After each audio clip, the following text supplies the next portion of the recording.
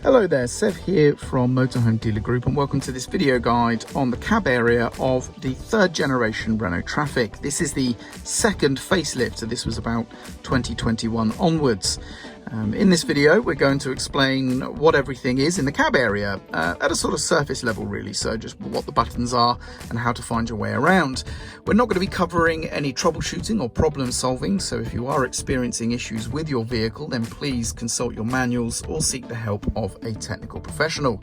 This really is a quick start video guide just to get you up and running so that you can find your way around this cab area. Now please also bear in mind that the specifications of these vehicles can vary wildly, so you may have more or less features than the subject vehicle in this video today. Please just take from this video what does apply to your particular vehicle. Anyway, with that said, let's get started. So let's start as we always do over at the driver's door card. So here we have the standard thing where we would typically find electric window and mirror operation. So electric windows are here. This is all for the electric mirrors. So at the bottom here we have the automatic folding. If you leave it in the middle position it will be automatic and the mirrors will automatically fold in and out for you. Otherwise you can manually control them with the rocker switch. And then we have the adjustments here. Again, a rocker switch, 3 position. The middle position is disabled, otherwise you choose left or right mirror and then you can adjust using the D-pad accordingly. And just below we have the door handle. To the right of the steering column we have 2 sort of rocker buttons, if you will. They push up or down, and these are used to set your instrument binnacle brightness and also your headlight angle adjustment. And you'll need your headlights on, which will bring up an indicator on the MFD in the instrument binnacle to show you the current position of the headlights, and you can adjust it up or down from there with this switch here. Then we come to the steering wheel and steering column, starting with the steering wheel. So we have here your cruise control buttons on the left, which allows you cruise control or speed limiter functionality. And then over here we have buttons for hands-free operation of your phone, as well as interacting with the MFD in the center of the instrument binnacle there. The horn is to either side of the Renault logo, so it can either be pushed with a thumb or with a palm. Stalks, we have the right hand stalk operating your wipers, so we have intermittent up and then the different positions going down. The wiper speed for the intermittent mode can be toggled with this twist collar here. If your vehicle, like this one, is fitted with the automatic position, we can simply change the sensitivity of the automatic wipers using that twist collar. The outermost twist collar controls the rear wiper.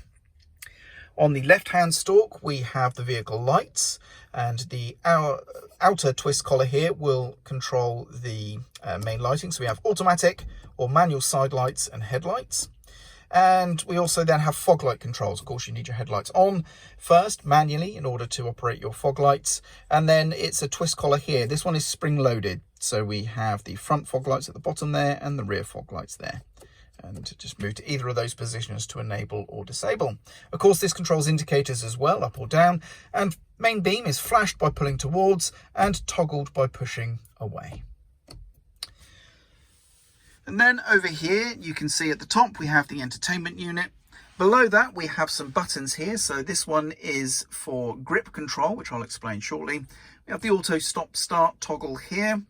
Drive mode, we can change just here, which I'll explain again in a moment. Hazard warning lights and locking the cab is performed by pressing down on here. And then below that we have the ventilation controls, pretty straightforward. There is a 12-volt socket, just simply lift up the cap to gain access, and then you can of course plug in devices into that socket. Here we have the gear lever. This particular vehicle is an automatic, but of course there could be a manual gear lever there as well. Above here we have dome light controls, all pretty standard stuff really, and your SOS button, and then pretty standard things like sun visors and so on. At the far side of the cab here we do have a glove box, as you can see. There is a little cubby hole here that has a couple of USB inputs for charging devices, and here there is also a nice little cubby just in front of the driver's position, and cup holders found at the far ends of the dashboard on the top there. So currently the vehicle is locked. If I were to unlock, the mirrors will come out. This is because they're in the automatic position. And of course, when I lock the vehicle, they will come in. However, if I'm in the vehicle and I put the key in the ignition and turn the ignition on, the mirrors will also fold out as well. When the ignition comes on, we see vehicle checks in progress on the MFD, and then we're going to be good to start the engine if need be. But let me show you a couple of the functions first. So firstly, let's just talk about the grip assist thing here. So if I press this button, we're going to see on the MFD, grip extend, loose surface on. So we can enable this when we're in mud, gravel, any sort of loose road surface to increase the traction and drivability of the vehicle there. Pressing it again just turns it back to normal traction control. So you just toggle between those two modes. You'll also notice when the loose surface mode is on, we get the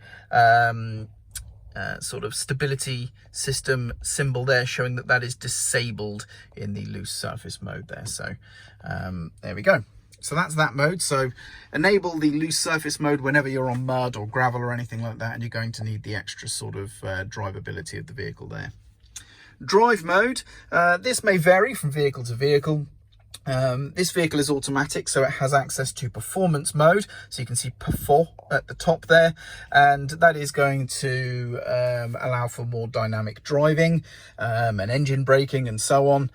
Pressing the button again turns to Eco, which is going to allow the vehicle to drive in a more economically friendly manner, so slightly less acceleration and things like that, and also maybe adapt its cruise control style as well. Pressing it once more goes blank, and that's the vehicle back into normal mode. The MFD here can be interacted with here. So if I press this button here, we have the different pages of information that we can cycle through. So you can see that selected between those three tabs there. This one here is your trip computer, and we can cycle the information here with the up or down, as you can see. So we can go through the different information. The driving one here, I don't know what position that's actually called, but the picture of the vehicle there, we can see we've got the digital speedometer and then other information relating to sort of driving information just there. And then we have one here for the entertainment information. So if you have stuff playing on the infotainment center there, then it's going to replicate here as well. And of course we can see the fuel gauge is digital there as well at the bottom. So that's not inset in any particular gauge. And the temperature is indicated by this colored symbol here. When it's blue, it means the engine's cold. When it's in normal operating temperature, that light will go out. And of course, if it gets hot, I'd imagine you would see a red or amber such indicator to say that the engine is overheating. So that's the instrument binnacle. Underneath the steering column, there is adjustment found just here. So you can unlock this lever and then adjust the steering column to your preference, and then just make sure you lock the lever again once done. The fuel filler, we need to open the passenger door to unlock this because this tab here sits behind the passenger door, and then simply pull down. We have the fuel filler at the top and the AdBlue filler at the bottom. Now, if you haven't used AdBlue before, AdBlue is an additive that is injected in at the exhaust stage and is designed to neutralize harmful nitrogen-based emissions, essentially making the vehicle much more environmentally friendly. It will have its own little tank that is used to store the AdBlue, and it's not something you'll fill up at every filling stop. This is a tank that will last you many, many miles, and there will be information in the cab area to tell you when you need to top it back up. Many vehicles will require that you have AdBlue in the tank, otherwise the engine may not start, so make sure you don't run out. But AdBlue is easily found in petrol stations, motor factors and garages around the continent, so you shouldn't have trouble finding some. And I do recommend using a funnel when pouring AdBlue into here, just because you don't really want it getting on your paintwork.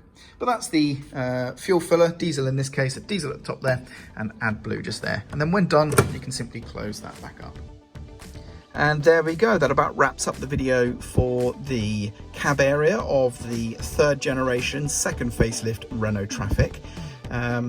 Hopefully you found this video useful. There is an accompanying underbonnet video guide for this generation of vehicle as well, so I recommend watching that if you haven't already. Otherwise, that's it for this video. I hope you found it useful. I'm Sev, and thank you very much for watching.